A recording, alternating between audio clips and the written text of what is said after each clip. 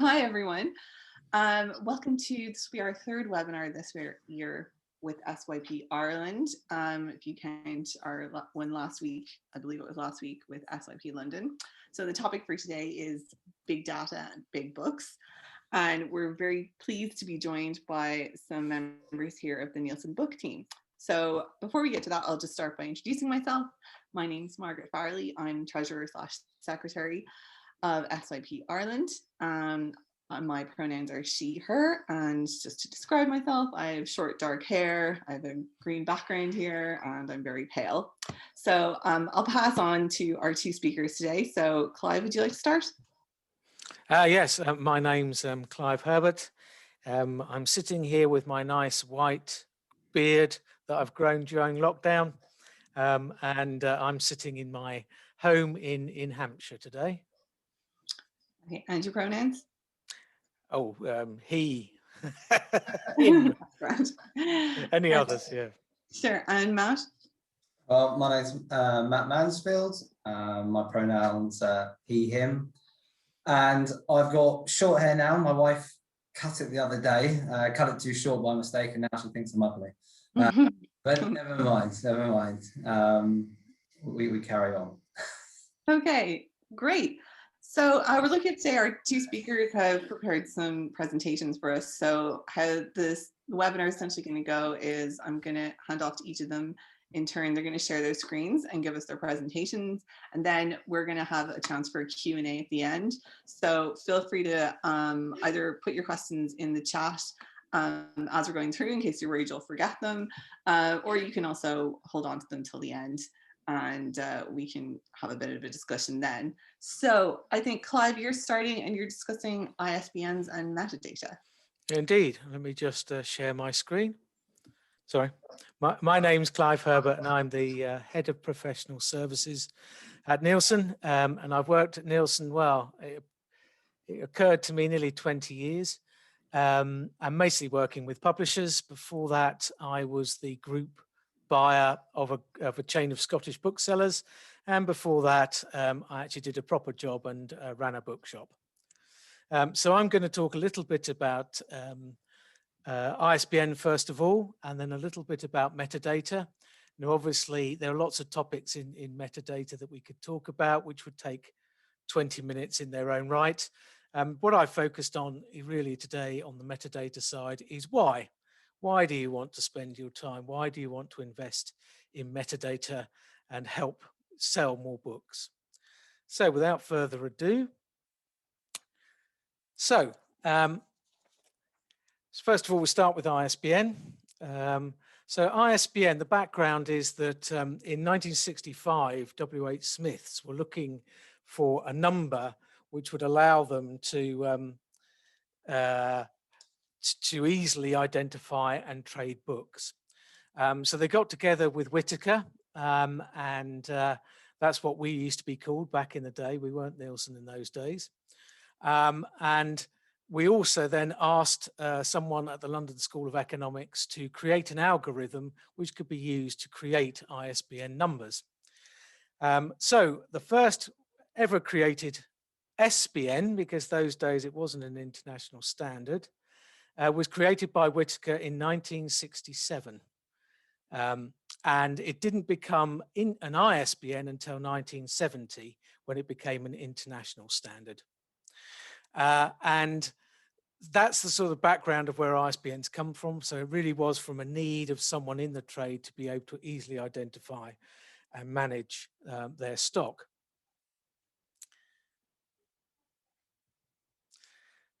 So how are ISBNs used? These are the sort of core principles of ISBN. So first of all, it's a unique international identification system, and it's unique because it comes from a single pot of numbers held by the International ISBN Agency. It's for each product form. So when we talk about product form, we're talking about hardback, paperback, ebooks, audio, and they're for monographic publications. So these are for books and not serials, for things that have a definite sort of publication date. So it's only monographic publications. and certain types of related products. And the important thing here is available to the public. So ISBNs are really only used for books that are being published to trade. So if I'm just writing a book, so if I'm writing Clive Herbert, My Roller Coaster in Metadata, for example, and I just want to print 20 copies to my family and friends, I don't need an ISBN. So ISBNs are being assigned to tradable products. And publications that need separate ISBNs if anyone in the supply chain needs to identify them separately. So quite often in recent years, that would have applied to ebooks. So in the standard, it will say that if you have different formats of ebook, so for example, EPUB, or if you have a PDF or any other ones, you would assign separate ISBNs. But you'd only do that where in the supply chain, someone needs to identify those different parts of ISBNs. So this is what an ISBN looks like. So first of all, one of the changes in the ISBN standard, probably the biggest one since its conception back in 1965, is that in 2007, it moved from being a 10-digit number to a 13-digit number. And there were two reasons for that. One is that the number of 10-digit numbers was running out. And secondly, by making it a 13-digit number, it made it consign with the EAN, so they're exactly the same length. So you can see the constituent parts. So first of all, you've got 978, which identifies as an ISBN. There are some 979s out there these days, mainly being used by the French ISBN agency. Then you've got the 0, which identifies the country or language group. They are slightly messy. Generally, 0 and 1 we share with the United States, Canada, Australia, New Zealand. If you see a 2, usually it's somewhere in the French group. A 3 is the German group. 8 would be India, etc. And then the next part you've got is the identifier of the publisher. So that's quite an important aspect. So if you buy a block of 10 ISBNs or more, you will then have a unique number within your ISBN which identifies you as the publisher.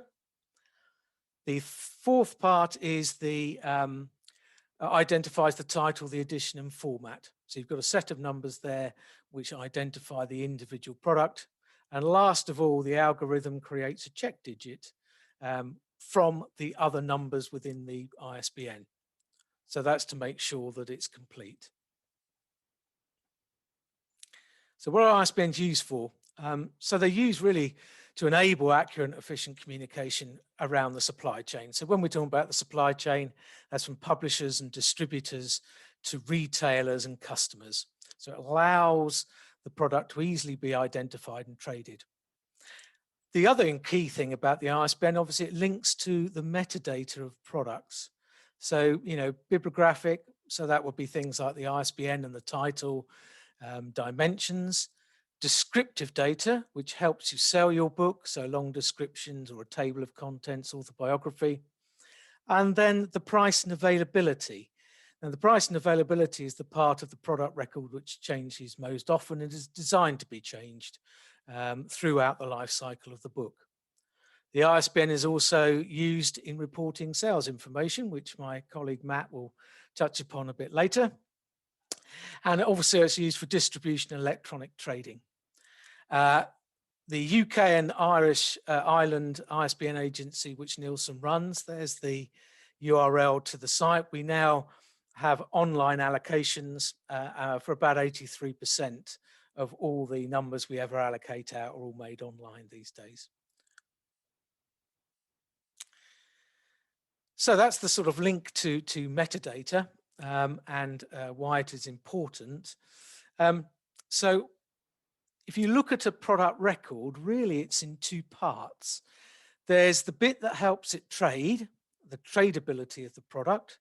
So there'll be the physical attributes, the supplier information, price, publication date, which basically helps booksellers identify books for their range, their ordering, shelf space, and make all of those sort of key decisions around what they're going to stock.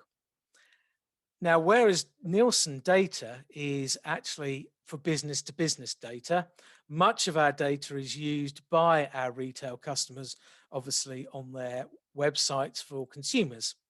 So where metadata comes in there is about discoverability. So it's all the ways that you can make your product stand out and be found by your customers, whether they're browsing for something that they don't know what it is, or whether they actually got details of the book so they can go straight to it. So booksellers need to discover, the titles for the range or meet their specific sort of customer needs. So what I want to look at is, as I said, about why metadata is important today. And what we're looking at is at the end of last year in November, we published a metadata study, and it's the third one that we've published, and it relates metadata to discovery and sales. So the first part of that was using the books and the consumer survey information that Nielsen receives. So we carry out an online survey of 3,000 book buyers a month, nationally representative, and those 3,000 book buyers that we poll every month are responsible for about 80,000 sales. And we looked at the detailed characteristics of the buyers and their path to discover, their path to what makes them purchase the book once discovered. And that helps obviously booksellers and relates to the metadata of what are they actually looking for. So the first slide here is by genre. So we've taken, if you like, the 5 key ways that consumers find and discover books. So they read others by the same author in the series, browsing online, browsing offline, word of mouth, and the recipient asked for it, and broken it down by all books, and then the sort of 3 major areas: adult fiction, adult non-fiction, and children's. And within that, you can see the sort of differences across each of those groups. Just take a slight drink.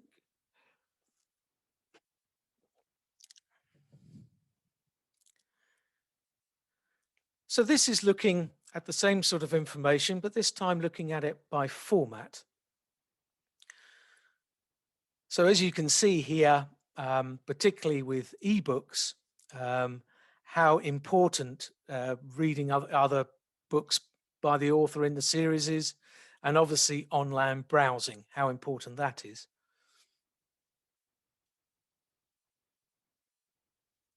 And now I want to just have a look at purchase influences. So these are, once discovered, the reasons that the consumer then decided to go on and purchase. And you can see some differences and you can see some commonalities. So interest in the subject, for example, which is very high across all 3 categories. The important thing there is the subject classification. So that's where it links to metadata. Have you classified your book correctly to make sure that if people are doing online browsing, they're not sure what they're looking for, will your book be in the right subject area? As you can see, the importance of series for things in ebooks and audio.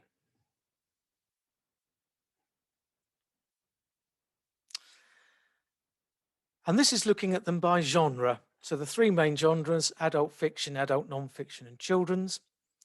And again, you can see in adult fiction how important the author is. But then you can look at adult non-fiction, and the most important thing is interested in the subject. So just leave that for a moment so people can view the slide.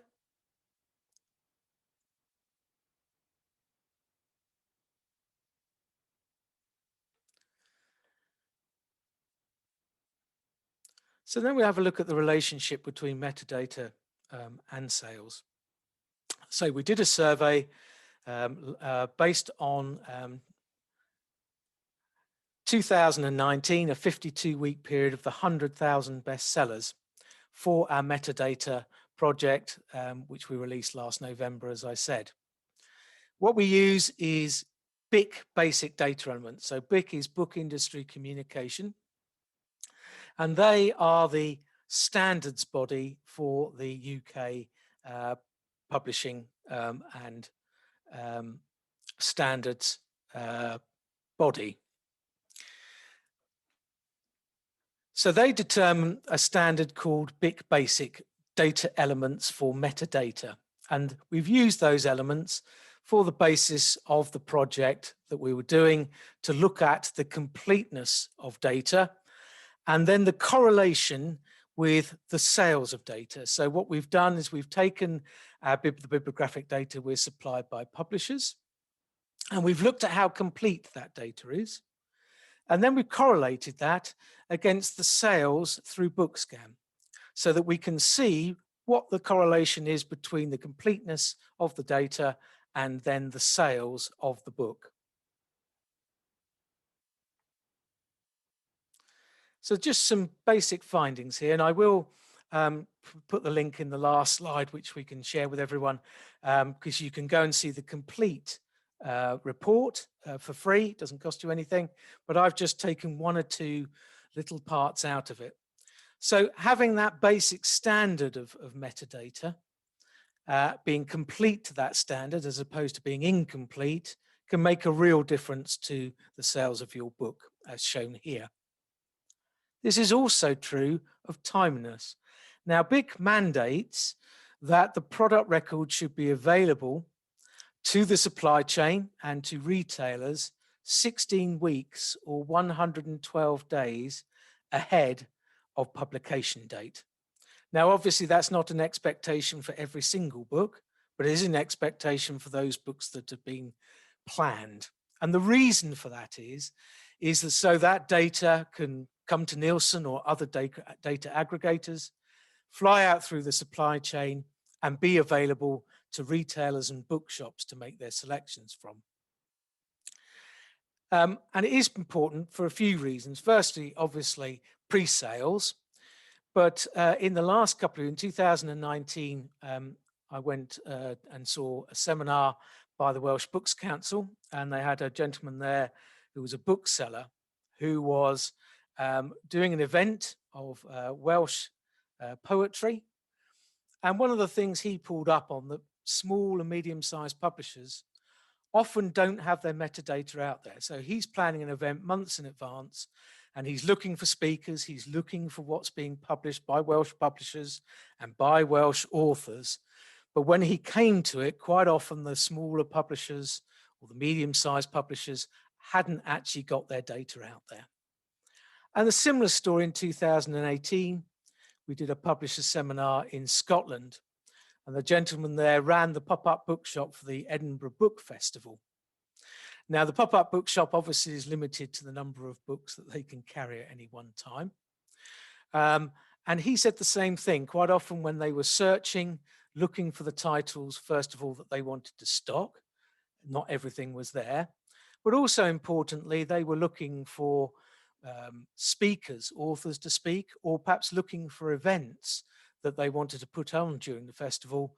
But because they couldn't see everything, because the publishers hadn't provided any information, they were unable to take part. So probably opportunities that the publisher didn't even know was happening, was available to them because they didn't have their data out there. Now, there isn't an expectation that 16 weeks ahead of publication date, you're going to have every single piece of information correct and in its end form. But what you are looking for is getting that sort of basic set of information out there to the booksellers and retailers so that they know what you're publishing in advance. And I would include a cover image in that. So quite often the cover image I know comes very late in the cycle, but really retailers always want a cover image with your book metadata, and we'll see why on the next slide. So if you've got something, obviously we don't take placeholders, we're not interested in people just sending block titles with nothing else on the page. But if you have a reasonable image that you're happy to be out there and share, then send an early cover image, and then later you can update it during the cycle of the book. So as I was saying, cover image, very important. Makes a huge difference. We all know it does. I mean, if you go on to Amazon and other websites and you're searching and you scroll down, how often do you stop at the one that doesn't have a cover image? You just don't. So really pushing that. Really, retailers would like to see a cover image really from day one once they get the product record. So that's certainly something I would tip. And then the bit code. And there are other various classification schema out there. But again, coming back to my point that when people are discovering, sometimes they're just searching for a book on buses. And if you've coded your BIC code correctly, or your thema code, then at least it can be discovered and found. Whereas if you don't provide a code, you don't classify your book, then obviously it will fall foul of that search criteria. So again, make sure you do classify your book, particularly the first classification that you give it. So as a publisher, the first classification, you're sort of saying, well, actually, you may have 3 or 4 different classifications. So for instance, a sports biography may well have a bit code for the sport and a bit code for the person in the biography. So it'd be under biography and under sport at the same time. But that very first code you give it is what you're saying as a bookseller, that all these codes are available and are all absolutely relevant to this book, but this is the one where we think it's really critically got to be seen. And then the power of descriptive content. Descriptive content as far as discovery, and also when we go back to look at the purchase influences. So you would see long description was very high on that. These are the things that once discovered really get people to move to purchase. So there's some percentages there, so it gives you an idea of how important adding descriptive content to your book record is for the sales of your book. So just to come to the end, so the full report is called The Importance of Metadata for Sales, Discovery and Sales, is available for absolutely nothing. You don't have to pay for that. I've only given you a very small sense of it today, given our limited time. And then just a couple of, I think, end messages to come from. First of all, that product metadata has a commercial value to your business. So if I think when I first joined Nielsen, even if we're talking about 2005 and 6, most publishers actually didn't really care that much about their metadata. There were some enlightened people who realized that data was really important and was going to be really important.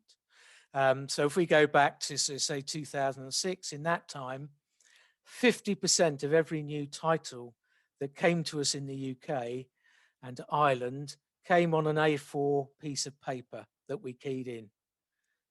Wasn't updated, people just sent it in, we added it to the database. Now when we have a look at that, 80% of it comes via the industry standard Onyx feed, and the other 19.8% comes via our portal for publishers, which is called Title Editor. So the amount of paper we actually take now is about 0.3%. So that's the sort of change. Why do people suddenly just obviously attach the additional importance to their metadata? Well, back then, Amazon was on the rise and obviously was an increasing source of revenue and sales for the publishers. We also then had the increasing publishing of digital product. So that's ebooks, audio. There were ebooks back in sort of 2005-6, but they were quite limited. And obviously there's been an explosion in the number of records. And when you're talking about ebooks and digital products, really the only thing that you have to sell your ebook is your metadata. In print, obviously there's there's online and offline, although I believe obviously the number of print books being published online has been increasing year on year for a number of years. Last year, because of the impact of the pandemic, the number of printed books sold online exceeded those that were bought in from physical bookshops for the first time. So it'd be very interesting to see whether that gravity switch to online balances out as bookshops are now open, particularly in the UK, in other areas. So that would be very interesting. So those two things combined suddenly started to push the importance of metadata in publishers' minds. The use of descriptive metadata to increase discovery and sales. So as I said, more putting those keywords in your description, having a table of contents, which is really important if you're perhaps writing, if you're an academic publisher, which it can be more important actually than the description itself. All of those things that you can do to increase discoverability. And then more recently, keywords, which are small single words or small phrases, which increase the discoverability of your book. I don't know how much people in your group are using keywords, but to give you an example, a publisher published a romance, and the backdrop was a lady who had hired a detective to find out what happened to her father during the Cuban diaspora many years ago. And the central role of the book, or central part of the book really is the romance, but by adding Cuban Missile Crisis, Cuba and stuff in keywords, that book then had a new lease of life in being discovered in a lot of different ways. I also know a publisher does a lot of plays, and when they had a very well-known, a couple of years ago, this is a couple of very well-known actress who took the lead part on the West End, they added that actress name to their keywords. So if anyone searched under that actress, they would also find in their search results the play that they were in. So there are lots of different ways now that you can help to expand your search terms. And although I'm talking about metadata as a separate subject today, really I think it should be the foundation stone of any promotional and marketing activity. Again, going back to the timeless and having your book details out there, you may be lucky and get an event, or you might be on your local radio station, your author talking about their book. But obviously then people will go online or might go in their local bookshop to find that book. And if you don't have your metadata out there so they can just move very quickly from hearing about the book to discovering it and purchasing it, then I think you may have wasted some of the great event that you might have organized and the resource that's gone into it. So that's the end of my brief presentation. I hope there was something in there of interest, and I will now pass you over to Matt. Okay. Yeah, Matt, also I just wanted to apologize. I think I cut you off there during your introduction. So, if you want to also start by telling us a little bit about your role at Nielsen Books, and then I'll let you can go ahead and share your screen and get into your presentation. Yeah, absolutely. So I work in the book research department at Nielsen, where we track and monitor sales data across the UK, Ireland, and many other territories in Nielsen. I work on the business development side of things. So I head up the new business there. So I'm always talking to many different people each day, and organizations and trade bodies, authors, publishers, TV and film companies, financial consultants, all sorts of different people, about how our data can help their business, essentially. And I'll show you now what that data is. Bear me 2 moments.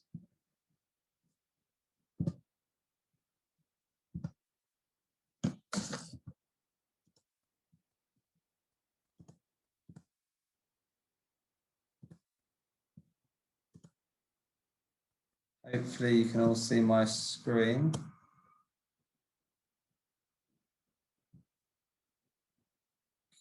Right. So let's just pull this down. Cool. Let me release. Right, I'll leave it there for now. So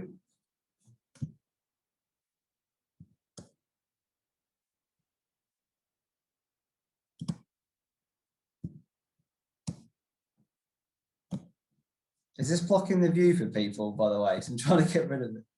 Is it just me? Yeah, I think it might just be you because it's not blocking my view of anything. Right. So I think you can just proceed. Brilliant. Right. Sorry about that. So, like I said, this is Nielsen Book Research side of things now. And we have 4 core services. We've got print sales, so that's via book scan. So what that does is it's print book sales via EPOS till. So retailers, whether they're bricks and mortar or internet retailers, send us their sales data each week without fail. So that data gets logged into our system, and then we can produce things that you'll see on the Sunday Times, like bestseller lists, or for publishers or any other types of company that wants to have a look at genre trends, market analysis, sales for a specific title. An author's launched a new book. And BookScan is currently in 10 different territories around the world, which I'll touch on a little bit more in a moment. And then we've got PubTrack Digital. So this was a service that we started more recently, the last 3 years. And it's so we can get ebook sales. It's another arm. And how we get that data is it's not from retailers like with BookScan, it's through publishers. So publishers will send us their invoice sales data each month, and then that data gets validated, looked at, and uploaded. And then they can, in return, get that data back across the whole market, of people participating, not just their own. So you've got to be in it to play with it as such, if you have ebook sales. Obviously, if you're a TV and film company or a publisher that doesn't publish ebooks, then that's slightly different. If you don't have any, you can still look at the data. Now that's just for the UK only currently. And then we have books and consumer data, which Clive touched upon earlier. Like he said, 3,000 book buyers each month fill out a survey, get asked a whole host of questions by us, and that's really understanding the book buyer. So it's their purchasers, what they're buying, but it's more looking at the demographics, the who, what, whys, whens, to really understand that book buyer. And then a syndicated consumer ad hoc research, which is books and consumer again, sometimes with a bit of book scan in there, but it's just really a much more closer insight into a specific subject. So if you're looking at children's market or audio book or ebook, and it will be a report or a syndicated piece of work that are really focused in that area.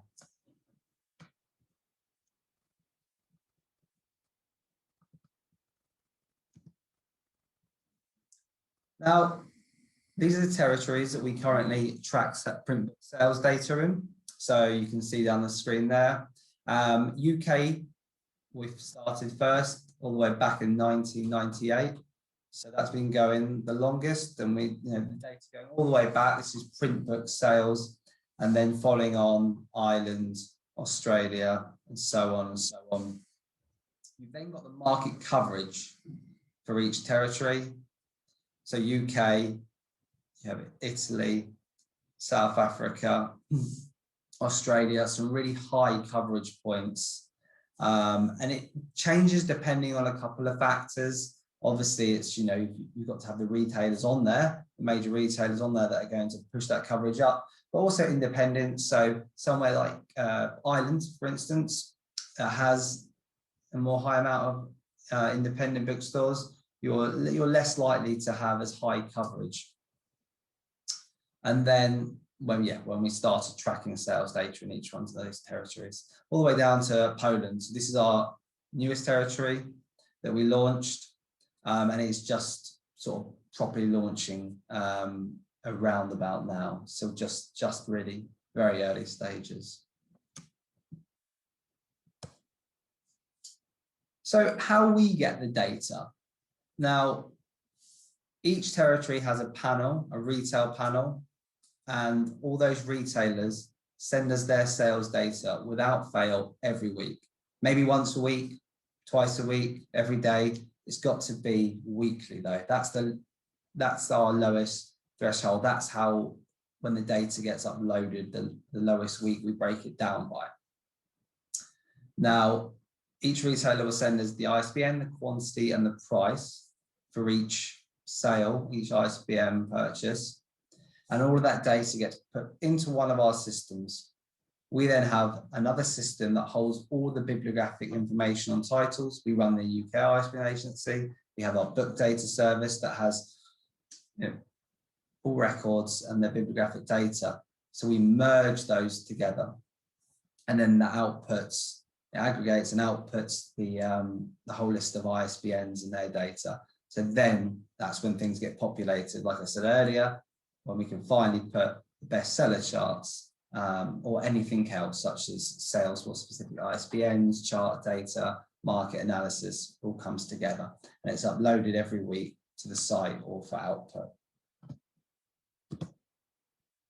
Now, this is what a retail panel looks like, as in the people contributing. So I've chose Ireland, obviously. Each territory has their own, but it's all the same retailers providing information. Obviously, the retailers will be different. So in Ireland, these are the participants. Now, we list all the major retailers. We don't list out independents that contribute sales, so there are a lot more retailers contributing the sales, but they're just not necessarily all listed out on this document. That's the same for all territories. And how we break the data down, how we split it up. So we have our own categories in BookScan. Now you'll have many different bit codes, as you might be more familiar with. Clive touched upon again, where each ISBN, each title will have its own bit code. Well, there's so many of those, we group them up a little bit, but still have a very detailed split. So you've got right up to the top end, 4 broad sectors: your fiction, trade, non-fiction, children's, and non-fiction specialists. Then you've got 37 standard product groups: children's picture books, history, arts, and then your 247 product classes. So to really break it down nichely there, and people can look at data to that level. And a lot of publishers do. And I just wanted to touch on the stages of publishing, and it may not be the same for everyone, especially when you're publishing a title, you're using the data, and it's it's the same for a lot of different industries. So, the before you publish stage, the before you create a product, a thing, how have similar titles done? So you want to understand the competition.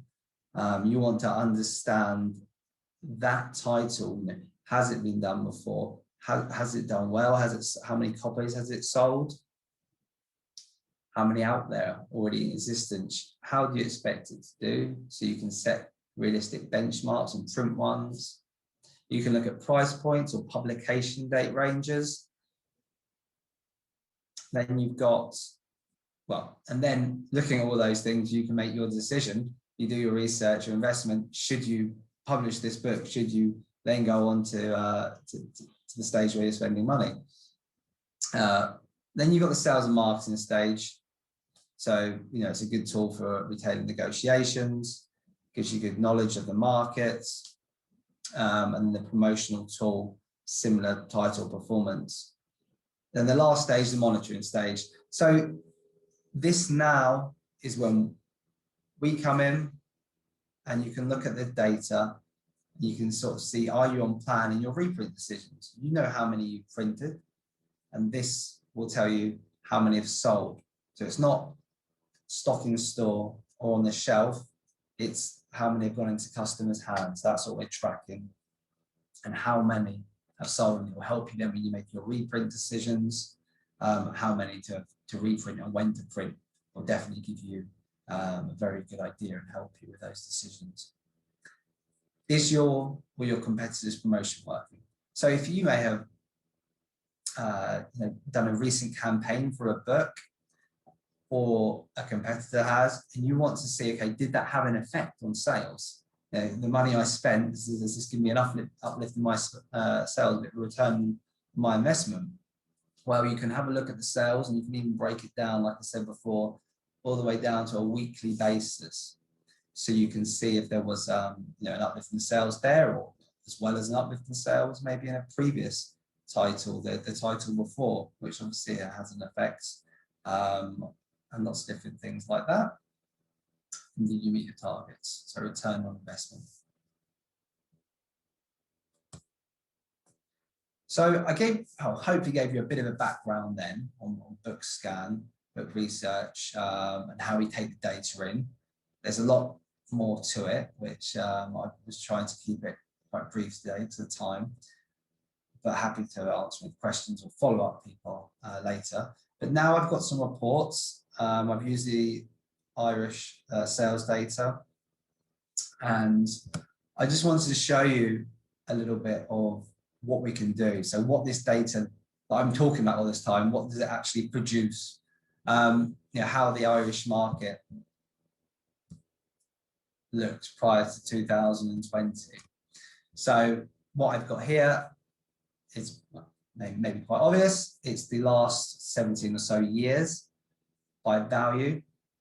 So you're looking across here year by year, and it's broken up. You can see those bars, that fiction, children's, and then you've got combined specialists and trade not fiction. So looking back, 2020, ICN was worth 161.5 million euros with 13 million copies sold.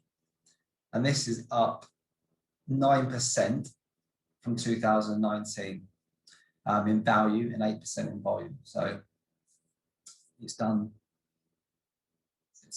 2020 has done a better year than 2019. And looking across the graph there, I think higher than that, except 2008. So it was a very strong year in that regard here.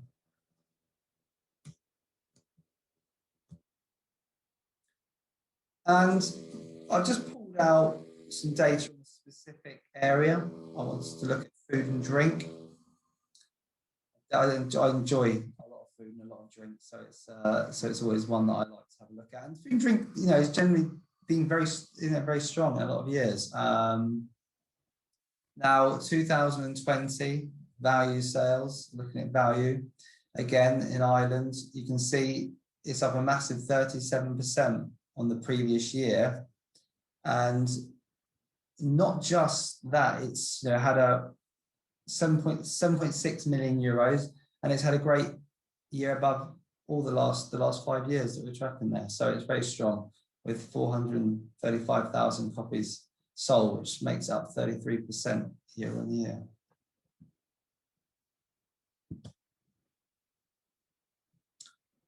And I've just pulled out the top 5 fiction titles in 2020 and 19. So just for everyone to see, so you can have a look here. Just at these are the top 5 fiction titles. You can see Sally Rooney in there, Normal People twice. I think that's the only pick in there for year on year in the same position as well.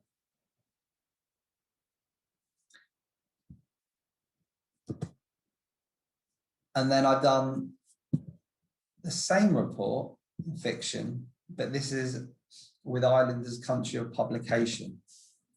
So you can see there, and the titles. Now I don't believe, I'm going to double check. Yes, so without the same titles in the previous slide.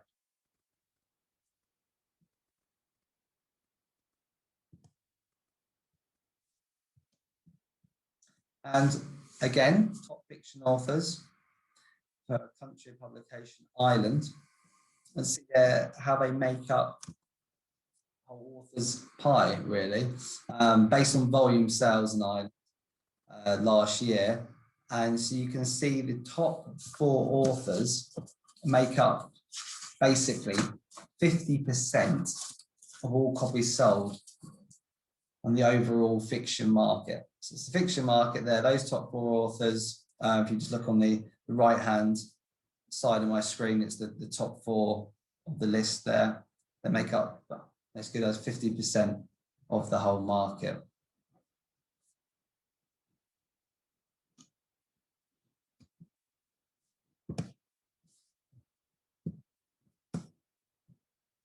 And looking at the children's market now, and this is including textbooks, we can see had another strong year. Again, looking at value, and it's up 1.7% year on year, and the highest, the last 5 years again. 4.8 million copies sold, which makes it 3.8% up year on year.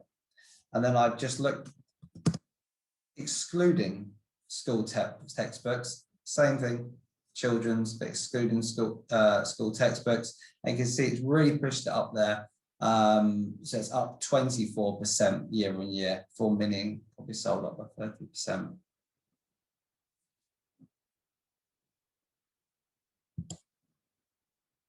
Then I think lastly, I believe it's my last slide, I just wanted to really show everyone again in the children's market what it's made up and what are the contributing sort of genres there, the main genres that it's made up of.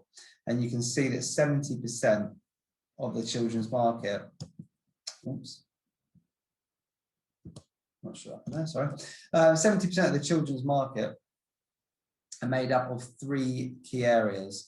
So the children's fiction, picture books, novelty and activity books. So it's a huge portion there made up of those 3.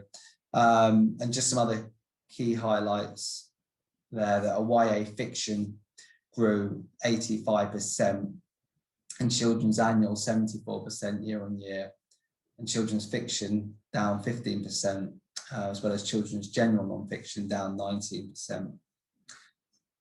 But most areas, I think I mentioned the 2 that weren't, but most areas, like it says, of children's are in growth on 2019. So in 2019 now, and just wants to point out again that this is in value and excluding school textbooks. Now, I didn't put anything on the books and consumer side of things. I didn't know the sort of time we would have today. And obviously Clive was touching on that part too. So, hopefully you got enough information there, but more than happy, like I said, to follow up with anyone separately if they wanted to know more about that or anything else. But yeah, that's me. So thank you for listening. Hey, thanks so much for that. Really interesting. Sorry, am I getting some feedback? That's probably me. I'm just going to mute myself. Oh, that's strange. It usually doesn't happen.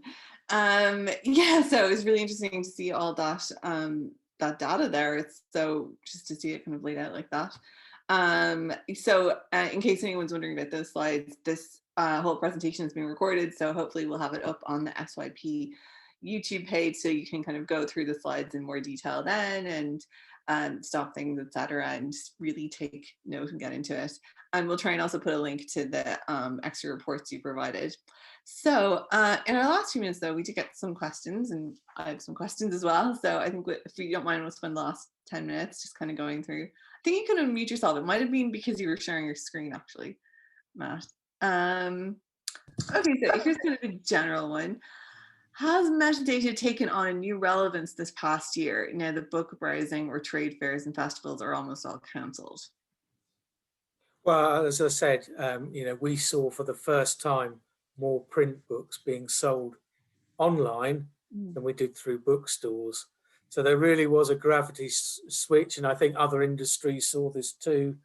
And the book industry was no different. So there was this big shift to online because of the pandemic. The really interesting thing will be on Matt's side to see, what happens over the next few months, and does it completely rebalance itself or just rebalance itself to some degree? Because as I said, online, digital products, really your salesperson is your metadata. That's what you're selling it on. Absolutely. I mean, I used to work for an academic publisher, and because nearly all of our sales were online, people don't really go into Waterstones to buy an academic book. I mean, the importance of metadata was just absolutely drilled into us from day one, and just getting keywords in at all points and, prioritizing the most important ones. But this other question would go more into your area, Matt, actually. How does sales data work for pre-orders? So they're not, feedback again, but they're not always included. It does depend on the retailer and how they send us the data when the purchase is made. So there's not always a clear and cut way, but at times you would expect them to be sales generally when the book is published, so it would therefore then count for when the first week of that book is out. Okay, that makes, I think a lot of them, they won't actually count it as a sale until the book's published, will they? Exactly. So then We do have a lot of spot checks and things in place to count these and spot these sort of things if anything was to arrive. Actually, that brings me to a question, because I know a lot of publishers have struggled with having large scale returns from Amazon. Do you get to account for that with sales data? Does those figures ever get back to you? How does that work? Yeah, so all the retailers on our panel, so obviously when I'm talking about the data is, so we can only speak of on the panel, but returns are included. So I'll give you a good example, actually. There's a lot of people that, there's no reason why you would think of it like this. Those sales are included when they're returned or excluded, but sometimes I've seen, especially if a book hasn't sold many that week, I think these things do pick up where their sales could be -1, and someone might ring in and be like, well, that's impossible, right? Like, well, what's happened there is you've had more returns. I'm sure it's happened to any authors here in this room, but more returns than you have sales that week, and we would count obviously the sales on that week, so it would work against it. But to answer your question in short, without waffling, all returns from the retailers are factored into the data. Okay, just counts later on and it'll affect it. Okay, interesting. On the topic of sort of database and what publishers can do with data, I do remember colleagues talking about database commissioning. Again, this is in an academic context, but I remember colleagues really firmly insisting that at one point all commissioning editors were going to be doing database commissioning. Do you see that as something that's realistic, or is it always going to be a kind of a give and take between looking out there and that the human aspect of trying to find good books and measuring it against the data? Yeah, I think that's start off. That's a really good question, and I definitely don't have just a complete answer to that. But no, but I think the book scan data, as I think Matt began his presentation, about you can see if you can identify similar books, you can get an idea. So, for example, how well they did, what price points worked. So, they can look at very specific areas. So if you looked at business books, you can see the type of things that have been published quite often with business books, there's lots of books about writing your CV. You know, Yeah, what price point? Well, was it this very cheap paperback? Was it something that was more in depth? So different approaches. So I think it's in that when you come to commissioning, that sort of data that Matt talks about can help you really before you know, in that commissioning process, to have a look at what is already working out in the market and perhaps learn some lessons from that. Yeah, no, I'm just following on from Clive there, and absolutely 100% correct. A lot of the publishers obviously use our data, and they use it very effectively to make these sort of key decisions, because the data does hold a lot of the information to help them make those decisions, and correct ones. That's correct, correct ones, that it backs it up with the data, so they're making more informed choices, especially when they're spending a lot of money bringing these books to life. And it doesn't matter if you're a small publisher or a big publisher, percentage wise, you're spending that sort of your revenue that you have. But on the flip side of that, there is also the other angle where someone's gut instinct. There's a book, and you can't replace that, and there's a lot of gold that comes out of that. Really? The book, and I've forgotten the name, someone will know, but I think it was a book on whistling a couple of years back, a Scandinavian book. It was huge, great numbers. Now, I'm not convinced, I could be wrong, but I'm not convinced the data would tone that would have. So, yeah. Okay, so probably, hopefully not going to be replaced by robots too soon on the commissioning side, No. but it's about using that data strategically and intelligently, I suppose. Is how it and that's why returns exist, because obviously there's a risk for every book you buy, and therefore returns, which is completely unique pretty much to the book industry. There aren't really any other industries that allow that in the way, normally you just mark it down and sell it off. But the book industry is allowed to sell things back, and that's because publishers recognize the risk that the bookseller and the retailer are taking by having a go at selling something perhaps they've never sold anything like that before. And that's where those wonderful sort of sellers come out of left field that no one's heard about, and suddenly for some reason they hit the zeitgeist at the time, and absolutely. Things can come out of nowhere. So just keeping on time, I think we only have time for one more question. I'll just see what else we have on our Q&A. I have kind of a broad question. This can go to both of you. What would you say when you're dealing with either small to medium publishers and they're asking you questions? What would you say is there, or maybe there is no answer to this, is the biggest or most common misconception about metadata and also sales data, like what they can do for it, how it can be used? Well, I think on the metadata side of things, all the large publishers now are super focused on it. So most publishing houses, you will find it's director level responsibility these days. That's how seriously they take it. And certainly we do. We share reports with publishers, and they're very quickly to come back and if anything's there. So if you do everything right, if you learn the lessons and act like they do, then you can be on a much more level terms with them, because your record can look just as good on a website as theirs. If you've got all the descriptive content there, you've provided the fullest bibliographic record that you can, that you have a cover image, you have your review information, so you can compete with them in that sort of scenario, but you need to act the way that they do and take it as serious as they do. And like I say, particularly the other thing I would say is timeliness. So a lot of the times I've been out there talking to retailers and booksellers is, they want to consider your book, but if you're not got it out there in time, then they can't consider your book. And not just for stocking and sales, but beyond that, potentially to events. You want to be in there fighting your cause. So, make it complete, make it timely, act like they do. And then I think you're in a better place to compete. Okay, excellent advice there. Yeah. I think for me, I would just say in for BookScan that publishers, really do see the data as crucial, more and more so.